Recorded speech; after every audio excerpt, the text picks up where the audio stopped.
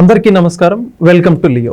ఆంధ్రప్రదేశ్లో పెట్టుబడులే లక్ష్యంగా ఆంధ్రప్రదేశ్ ముఖ్యమంత్రి నారా చంద్రబాబు నాయుడు గారు, అదేవిధంగా ఐటీ శాఖ మంత్రి నారా లోకేష్ గారు, మరియు ఆంధ్రప్రదేశ్ పరిశ్రమల శాఖ మంత్రి అయినటువంటి టీజీ భరత్ గారు, మరికొంతమంది అధికార బృందం స్విట్జర్లాండ్లో జరగబోయేటటువంటి దావోస్లో జరగబోతున్నటువంటి ప్రపంచ ఆర్థిక సదస్సుకి హాజరవబోతున్నారు. అయితే దీనికి సంబంధించి ఇప్పటికే వైసీపీ విషయ ప్రచారం అయితే మొదలుపెట్టింది. అయితే దావోస్లో జరగబోతున్నటువంటి ఒక వరల్డ్ ఎకనామిక్ ఫోరం ద్వారా ఆంధ్రప్రదేశ్ రాష్ట్రానికి ఏదైనా మేలు జరగనుందా, వీటన్నిటి గురించి కూడా తెలుసుకునే ప్రయత్నం చేద్దాం. మనతో ఉన్నారు సీనియర్ జర్నలిస్ట్ సత్యమూర్తి గారు.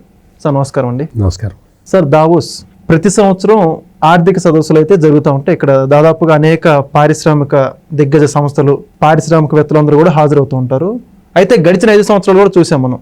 ఆంధ్రప్రదేశ్ ప్రభుత్వం దావోస్లో ఎటువంటి పెట్టుబడులు తెచ్చిందో లేదో రాష్ట్ర ప్రజలందరూ కూడా చూశారు. అయితే ప్రస్తుతం కూటమి ప్రభుత్వం అధికారంలోకి వచ్చాక నారా చంద్రబాబు నాయుడు గారి అధ్యక్షతన ఈ మంత్రుల బృందం కావచ్చు, అధికారుల బృందం అందరూ కూడా హాజరవుతూ ఉన్నారు. అయితే ఇప్పుడు ఏ విధంగా అక్కడ దావోస్లో పెట్టుబడులు వచ్చే అవకాశం ఉందా లేదంటారా? ఇప్పటికే వైసీపీ అయితే విష ప్రచారం మొదలుపెట్టింది. దీని గురించి మీరేమంటారు? మనం వైసీపీ విష ప్రచారం గురించి పట్టించుకోవాల్సిన అవసరం లేదు. ఓకే. ఎందుకంటే వాళ్ళకి ఏం పని ఉంది? వాళ్ళకి అసలు ఆంధ్రప్రదేశ్లో ఏం జరుగుతున్నదో వైసీపీ లీడర్కి ఎవరికన్నా తెలుసా? మీరు పిలిచి అడగండి. ఇప్పటి వరకు ఆంధ్రప్రదేశ్లో పెట్టుబడి ఎంత వచ్చింది అని అడగండి. ఒక్కడికి కూడా సమాధానం తెలియదు. ఓకే. మొత్తం ఆంధ్రప్రదేశ్లో ప్రస్తుతం 4 లక్షల కోట్ల రూపాయల పెట్టుబడులు వచ్చినాయి. 4 లక్షల కోట్ల రూపాయల పెట్టుబడులు వచ్చినాయి కదా, ఊరుకోవచ్చు కదా. ఇప్పుడు మళ్ళీ దావోస్ ఎందుకు వెళ్ళారని మీరు అడగచ్చు. ఓకే. దావోస్ వెళ్ళటం ఎందుకు అంటే బ్రాండ్ ఏపీని మనం ప్రమోట్ చేయాలి. అంటే మామూలుగా బ్రాండ్ ఏపీ అంటే చంద్రబాబు నాయుడు ముఖ్యమంత్రిగా ఉన్నప్పుడు ఇంకెవరు ప్రమోట్ చేయక్కర్లే, ఆటోమేటిక్గా వస్తాయి. 6 నెలల కాల వ్యవధిలో 4 లక్షల కోట్ల రూపాయల పెట్టుబడులు ఆంధ్రప్రదేశ్కి వచ్చినాయి అంటేనే బాబు ఈజ్ బ్రాండ్. అటువంటి పరిస్థితులు ఉన్నప్పుడు ఎవరైనా, ఏ తెలివిగల వ్యక్తి అయినా సరే ఏం చేస్తాడు అంటే ఆ పొజిషన్ని కన్సాలిడేట్ చేసుకుంటాడు. ఆ పొజిషన్ని కన్సాలిడేట్ చేసుకోవటానికి ఈ వరల్డ్ ఎకనామిక్ ఫోరం అనేది కరెక్ట్గా తగిన సమయంలో వచ్చిన తగిన ఆపర్చునిటీ. ఓకే. ఈ ఆపర్చునిటీని అందిపుచ్చుకోవాలి. అందిపుచ్చుకుంటే ఏమవుతుంది? అప్పుడు ఇప్పటికి ఆల్రెడీ పెట్టుబడులు వచ్చినాయి. ఈ కంపెనీలను చూపించటం ద్వారా మరిన్ని కంపెనీలని తెచ్చుకునే అవకాశం. ఓకే. అసలు ఫస్ట్ కంపెనీ ఎట్లా వచ్చింది? ఫస్ట్ కంపెనీ వచ్చింది చంద్రబాబు నాయుడిని చూసి వచ్చింది. ఈ విషయం మీరేటో చెప్తారండి అని మీరు అడగచ్చు. శ్రీ సిటీకి వెళ్ళినప్పుడు, ఈయన ముఖ్యమంత్రి అయిన కొత్తల్లో శ్రీ సిటీకి వెళ్తే జపాన్ కంపెనీలు అంతకుముందు ఈయన ముఖ్యమంత్రిగా ఉన్నప్పుడు వచ్చినాయి, జగన్మోహన్ రెడ్డి ముఖ్యమంత్రి కాగానే పోయినాయి. ఎందుకు పోయినాయి? కమిషన్లు అడగటం వల్ల వాళ్ళందరూ వెళ్ళిపోయారు. మళ్ళీ చంద్రబాబు నాయుడు ముఖ్యమంత్రి కాగానే ఆ జపాన్ నుంచి కంపెనీలు వచ్చేసి మీరు ముఖ్యమంత్రి అయ్యారు కాబట్టి మేము మళ్ళీ వచ్చామండి అని ఆల్రెడీ ప్రొడక్షన్ స్టార్ట్ చేసేసారు. అట్లా వచ్చిన కంపెనీల పరంపరతోటి ఇప్పుడు 4 లక్షల కోట్ల పెట్టుబడి వచ్చేసింది. ఇప్పుడు దావోస్ వెళ్ళంగానే పరిశ్రమలు వచ్చేస్తాయా అని అడుగుతాడు ఆ వైసీపీ అతను కూడా ఉన్నాడు.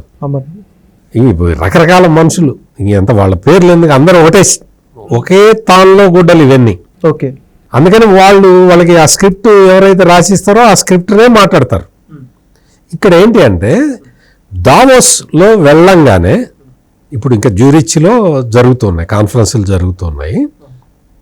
దావోస్ వెళ్ళంగానే అందరూ వచ్చి సార్ మీ దగ్గర మేము పెట్టుబడి పెడతాం సార్, మీ దగ్గర మేము పెట్టుబడి పెడతాం సార్ అని రారు. అక్కడ కాంక్లేవ్స్ జరుగుతూ ఉంటాయి. ఓకే. మీటింగ్స్ జరుగుతూ ఉంటాయి. ఆ మీటింగ్స్లో టైం తీసుకొని వీళ్ళు వెళ్ళి, ఈ ప్రతినిధి బృందం వెళ్ళి ఆ మీటింగులో రాష్ట్రంలో ఉన్న స్ట్రెంగ్స్, రాష్ట్ర ప్రభుత్వం కల్పించే రాయితీలు, వీటికి సంబంధించి చెప్తారు, ప్రజెంటేషన్ ఇస్తారు. ఓకే.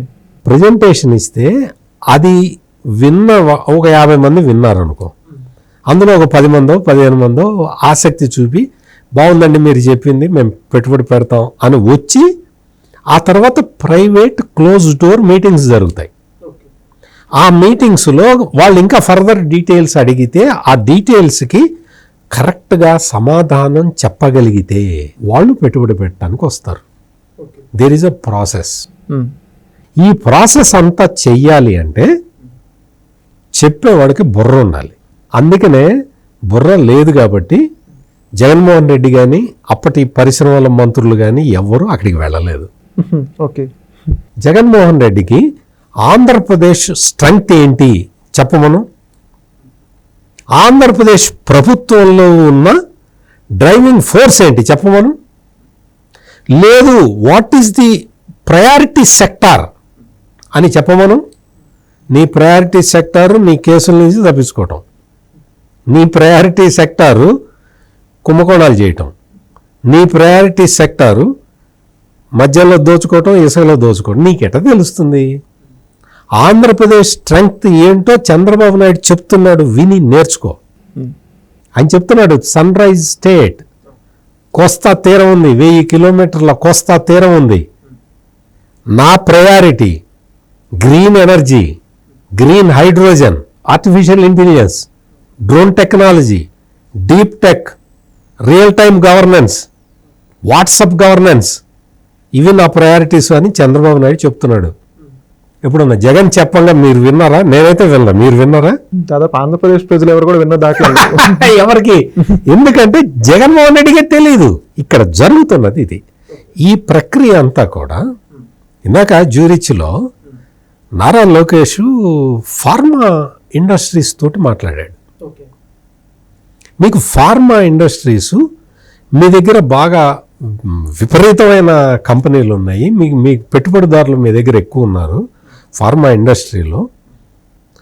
మేము ఫార్మా మీద కాన్సన్ట్రేట్ చేసి ఉన్నాము, మా స్ట్రెంగ్త్లు ఇవి, మీరు రండి, నిరంతరం 24 గంటలు పవర్ ఉంటుంది. ఫార్మా సెక్టార్కి వాటర్ కావాలి, నా దగ్గర అపాండెంట్ వాటర్ సోర్సులు ఉన్నాయి, మీకు ల్యాండ్ ఇస్తాం, ల్యాండ్ ఉంది. మాకు కావాల్సిందల్లా ఏంటి అంటే మా వాళ్ళకి ఉద్యోగ ఉపాధి కావాలి అని క్లియర్ కట్గా చెప్తూ ఉన్నాడు. ఓకే. అంత క్లారిటీ తోటి నారా లోకేష్ ప్రజెంటేషన్ ఇచ్చిన తర్వాత చాలా కంపెనీలు ముందరకు వచ్చినాయి, మాట్లాడుతూ ఉన్నారు, టాక్స్ జరుగుతున్నాయి. ముందరే మనం రాష్ట్ర ప్రజలకు కూడా కొత్త ఆశలు రేపటం కాదు కదా, వాస్తవ పరిస్థితి చెప్పాలి. అంటే ఫార్మా ఇండస్ట్రీ, ఫార్మా రంగంలో కూడా భారీ పెట్టుబడులు రావడానికి ఆస్కారం ఏర్పడ్డది. వస్తాయా రావా అనేది ఇప్పుడు కాదు, ఇంకా 2-3 రోజులు అయితే తెలుస్తుంది. అంటే దావోస్లో వరల్డ్ ఎకనామిక్ ఫోరంలో మాట్లాడటానికి ముందరే ప్రిపరేటరీ మీటింగ్స్ లాంటివి ఇక్కడ జరుగుతుంటేనే మనకి ఇంత రెస్పాన్స్ వస్తూ ఉన్నది. మనకి ఎందుకు వస్తున్నది? మనకి ఆంధ్రప్రదేశ్కి భౌగోళికంగా కొన్ని అడ్వాంటేజెస్ ఉన్నాయి. ఆ అడ్వాంటేజెస్ చాలా రాష్ట్రాలకి ఉండవు. ఏంటి? ఇప్పుడు మీకు ఆర్డర్ ఆఫ్ ఇది సీక్వెన్స్ చెబితే, చంద్రబాబు నాయుడు అధికారంలోకి రాగానే ముందేం చేశాడు? శ్వేతపత్రాలు రిలీజ్ చేశాడు, అంటే ఎక్కడెక్కడ బొక్కలు ఉన్నాయో చూపించాడు. ఆ తర్వాత పాలసీ డాక్యుమెంట్లు రిలీజ్ చేశాడు. ఈ పాలసీ డాక్యుమెంట్లు అన్నీ కూడా ఏంటి? మీరు వస్తే మేము పెట్టుబడి ఆహ్వానిస్తున్నాము, మా పాలసీ ఇది అని చెప్పడం. ఆ తర్వాత విజన్ డాక్యుమెంట్ రిలీజ్ చేశాడు. మా విజన్ ఇది, మా ప్రయారిటీ ఇది, మేము 2047కి మా రాష్ట్రం అభివృద్ధి చెందాలి అంటే ఈ సెక్టార్లకి మేము ప్రాధాన్యత ఇస్తున్నాము అని విజన్ డాక్యుమెంట్ ఇచ్చేశాడు. ఇంత పకడ్బందీగా పద్ధతి ప్రకారం చెప్పిన తర్వాత 4 లక్షల కోట్లు పెట్టుబడి వచ్చింది, 4 లక్షల మందికి ఉద్యోగాలు వచ్చినాయి. తెలుగుదేశం పార్టీ ఎలక్షన్ ప్రామిస్ ఏంటి? 20 లక్షల ఉద్యోగాలు ఇస్తానని. 20 లక్షల ఉద్యోగాలు ఇవ్వాలి అంటే నీకు ఎన్ని లక్షల కోట్ల పెట్టుబడులను ఆకర్షించాలి? అటువంటిది 6 నెలల్లో రికార్డు స్థాయిలో పెట్టుబడులని ఆకర్షించిన రాష్ట్రం Andhra Pradesh. That is Chandrababu's vision. ఇప్పుడు దావోస్ వెళ్ళిన తర్వాత ప్రతివాడు కూడా ఈ వైసీపీ సోషల్ మీడియాలో ఆయన అప్పుడు వెళ్ళాడు ఏం తెచ్చాడు, ఇప్పుడు వెళ్ళాడు ఏం తెచ్చాడు. ఇవాళ సాక్షిలో అయితే కొన్ని కంపెనీల పేర్లు రాసి ఇవన్నీ ఏమైనాయి అని రాశాడు. నీకు వచ్చిన కంపెనీల పేర్లు రాస్తే నీ సాక్షి పేపర్ మొత్తం అన్ని పేజీలు అవే ఉంటాయి. వచ్చిన కంపెనీలు ఆ కంపెనీ ప్రొఫైల్ రాస్తే నీ సాక్షి పేపర్ మొత్తం అదే ఉంటుంది. ఉండాలి, అన్ని కంపెనీలు వచ్చినాయి. ఇక్కడికి వచ్చి నీకు ఒకటి చిన్నది నేను చెప్తా వెంకట్. ఐటీ కంపెనీలని వాళ్ళని ఆహ్వానించటానికి విశాఖపట్నంలో మిలీనియం టవర్స్ అని కట్టాడు చంద్రబాబు నాయుడు 2014-19లో ముఖ్యమంత్రిగా ఉండగా. నువ్వేం చేసావు జగన్? ఆ మిలీనియం టవర్స్ నుంచి సాఫ్ట్వేర్ కంపెనీలన్నీ వెళ్ళగొట్టావా? అక్కడ మినిస్టర్ లోకేష్ ఆ రోజున ఆలోచించి పెద్ద కంపెనీలతో పాటు స్టార్టప్ కంపెనీలను కూడా పెట్టాలి అని ఇంక్యుబేషన్ హబ్ అని పెట్టాడు. నీకు అసలు అర్థం తెలుసా జగన్? ఇంక్యుబేషన్ హబ్ అంటే తెలుసా నీకు? ఈ ఈ జగన్ ఏమంటాడు? 2047 ఏదో అదేదో విజన్ చెప్తున్నాడు. ఈయనకి ఇప్పుడు 94, 84, 74 ఏళ్ళు. ఈయనట 2047 గురించి చెప్తున్నాడు అని అత్యంత అసహ్యంగా జుగుప్సాకరంగా మాట్లాడుతున్నాడు ఈ జగన్మోహన్ రెడ్డి. నీకేం తెలుసు అసలు? విజన్ 2047 గురించి నీకేం తెలుసు? నీకేం తెలీదు. విజన్ 2047 చంద్రబాబు నాయుడికి ఆయన జీవితం గురించి కాదు ఇచ్చింది, రాష్ట్ర భవిష్యత్తు గురించి. ఆ తేడా కూడా తెలియకుండా నువ్వు ముఖ్యమంత్రిగా 5 ఏళ్ళు ఎట్ట పరిపాలించావో నాకైతే అర్థం కావట్లా.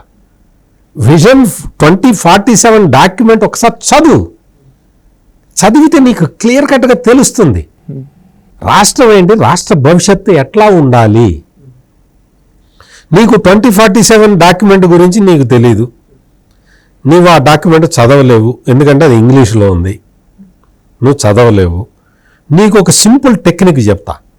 అసలు 2047 అని ఆయన ఏదో పెట్టాడు, నాకు అదే అర్థం కావట్లేదు అని. నువ్వు నీ సిమెంట్ కంపెనీ ఉంది కదా, భారతీ సిమెంట్స్, ఆ సిమెంట్ కంపెనీకి వెళ్ళు. సిమెంట్ కంపెనీకి వెళ్ళి కూర్చొని అక్కడ ఎవరు ఉంటారు కదా, బోర్డ్ ఆఫ్ డైరెక్టర్లు, ఎవరో ఎగ్జిక్యూటివ్ డైరెక్టర్లు వాళ్ళు ఉంటారు కదా, వాళ్ళని పిలిచి ఎట్లా ప్లాన్ చేస్తారు అని అడుగు. నీ భారతీ సిమెంట్కి వెళ్ళు, వేరే కంపెనీకి వెళ్ళొద్దు నువ్వు. వాళ్ళు చెప్తారు డిమాండ్ ఎంత ఉంటుంది, దేశంలో రియల్ ఎస్టేట్ రంగం ఎటువైపు పోతున్నది, ఆ పోతున్న రియల్ ఎస్టేట్ కంపెనీకి సంబంధించి మనం సిమెంట్ ప్రొడక్షన్ ఎంత చేయాలి, ఇంత సిమెంట్ ప్రొడక్షన్ చేయాలంటే ఎంత రా మెటీరియల్ తెచ్చుకోవాలి, ఈ రా మెటీరియల్ తెచ్చుకోవాలంటే ఎక్కడెక్కడ ఎవరెవరిని అడగాలి, దానికి బడ్జెట్ ఎంత అవుతుంది, ఇది తెచ్చిన తర్వాత మార్కెటింగ్ ఎట్లా చేసుకోవాలి అని నీ భారతీ సిమెంట్లోనే ఒక వింగ్ ఉంటుంది, వాళ్ళు ప్లానింగ్ వింగ్ ఉంటుంది, వాళ్ళు ప్లాన్ చేస్తారు. వెళ్ళి తెలుసుకుంటే వాళ్ళ దగ్గర 5 సంవత్సరాల ప్లాన్ ఉంటుంది, 10 సంవత్సరాల ప్లాన్ ఉంటుంది. ఉండకపోతే ఆ కంపెనీ నడవదు. ఏ కంపెనీ అయినా, భారతీ సిమెంట్ అనే కాదు, ఏ కంపెనీ అయినా ప్లాన్ లేకపోతే నడవదు. ఆ ప్లాన్ నువ్వు ఒక కంపెనీకి, నీ కంపెనీకి ఎవరో ఆడిటర్ వేసి పెడతాడు. ఆడిటరు వాళ్ళు ఎవరో డైరెక్టర్లు వాళ్ళు ఉంటారు కదా, వాళ్ళు వేసి పెడతారు. నీ కంపెనీకి నువ్వు వాడెవడో వేసి పెట్టాడు కదా, అట్లా చంద్రబాబు నాయుడు రాష్ట్రానికి వేసి పెట్టాడు ప్లాన్. అది తెలుసుకో ఫస్ట్. 2047 అంటే అది. మన ఎకానమీ ఎట్లా ఉండాలి, ఆ ఎకానమీలో మనం ఎంత కాంట్రిబ్యూట్ చేయాలి, మన వల్ల దేశానికి, మన రాష్ట్రం వల్ల దేశానికి ఎంత ఉపయోగం ఉండాలి, దేశం అడ్వాన్స్ అయితే మనం అందులో ఏ స్థానంలో ఉండాలి అనేది విజన్ డాక్యుమెంట్. ఇవన్నీ తెలుసుకోకుండా మాట్లాడి ఇప్పుడు దావోస్ వెళ్ళారు వీళ్ళంతా, ఒక పెద్ద బృందం వెళ్ళింది, వాళ్ళు మాట్లాడుతున్నారు అక్కడ. వాళ్ళు పరిశ్రమలని అట్రాక్ట్ చేస్తారు, తీసుకొస్తారు.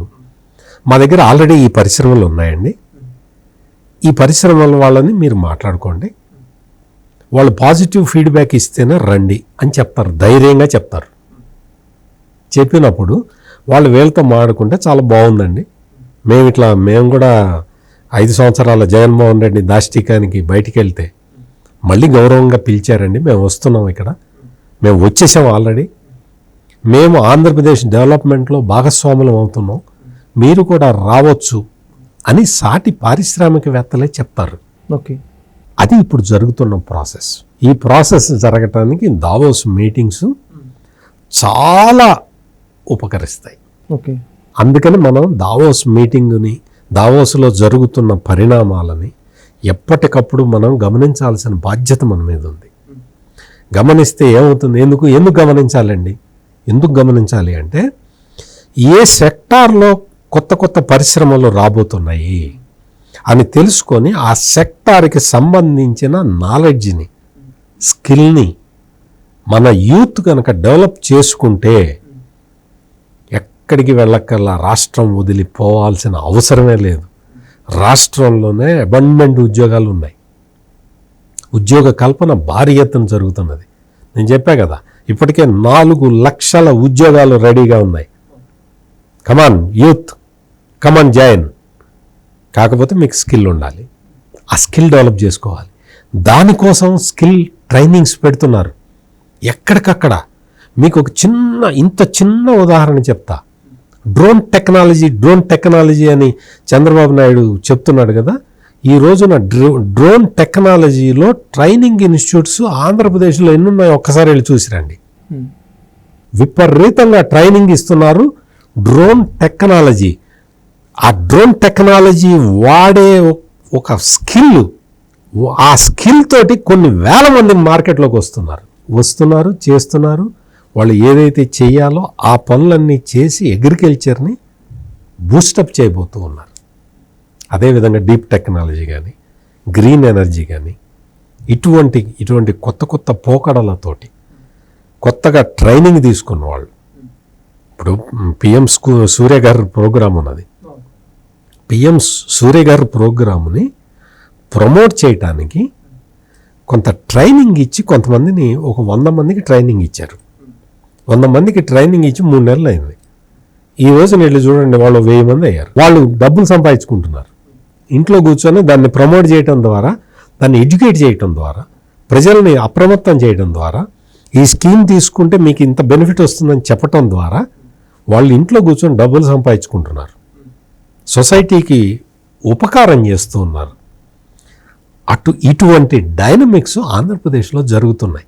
జగన్మోహన్ రెడ్డి లాంటి వాడికి అర్థం కావు, కానీ మీలాంటి యూత్ అర్థం చేసుకొని దీన్ని మరింత అడ్వాన్స్ స్టేజ్కి తీసుకెళ్ళాలి. నిజంగా చాలా చక్కగా చెప్పారు సార్. ప్రపంచ ఆర్థిక సదస్సు అంటే ఏంటి, అక్కడ ఏ విధంగా కార్యకలాపాలు కొనసాగుతాయి, అందులో ఆంధ్రప్రదేశ్ రాష్ట్రం యొక్క ప్రాముఖ్యత ఏంటి, సామాన్యులు కూడా అర్థం విధంగా చక్కగా వివరించారు. థ్యాంక్ యూ సార్, ధన్యవాదాలు. నమస్కారం అండి. Please subscribe to Leo news for more videos.